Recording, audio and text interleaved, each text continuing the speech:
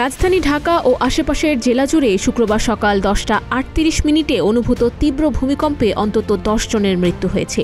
ভূমিকম্পের কেন্দ্রস্থল নরসিংদীর মাধবদী উপজেলা। রিক্টার স্কেলে 5.7 মাত্রার এই কম্পনে আহত হয়েছেন আরও 6 শতাধিক মানুষ।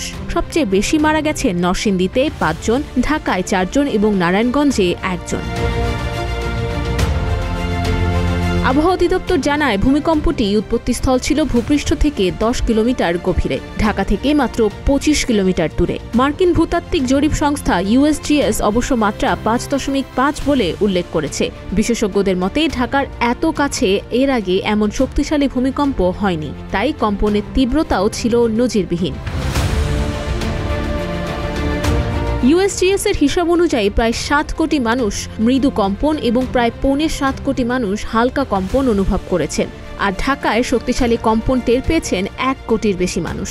নরসিংদীতে উচ্চ তীব্রতায় কম্পন অনুভব করেছেন প্রায় 3 লাখ মানুষ।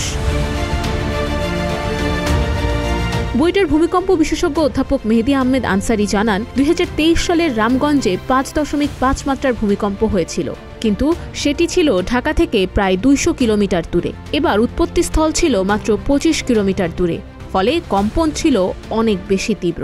5.5 মাত্রার আর্থকুয়েকে যতগুলো বিল্ডিং এর ক্ষয়ক্ষতি হয়েছে, দেখা যাবে যে 7 মাত্রার আর্থকুয়েক যদি বাংলাদেশে হয়, আরো অনেক ভবনে ক্ষয়ক্ষতি হবে, অনেক বিল্ডিং দেবে যাবে, ভেঙে যাবে এবং অনেক মানুষ হতাহত হবে। আমাদের একটা প্রেডিকশন আছে, একটা 7 মাত্রার আর্থকুয়েক যদি আমাদের ঢাকার অদূরে 100 কিলোমিটার হয়, তাহলে প্রায়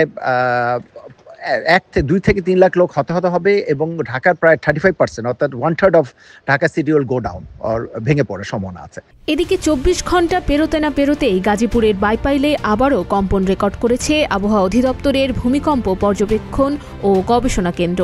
এবার গাজীপুরের বাইপাইলে রিক্টার স্কেলে 3.3 মাত্রার একটি মৃদু ভূমিকম্প অনুভূত হয়েছে।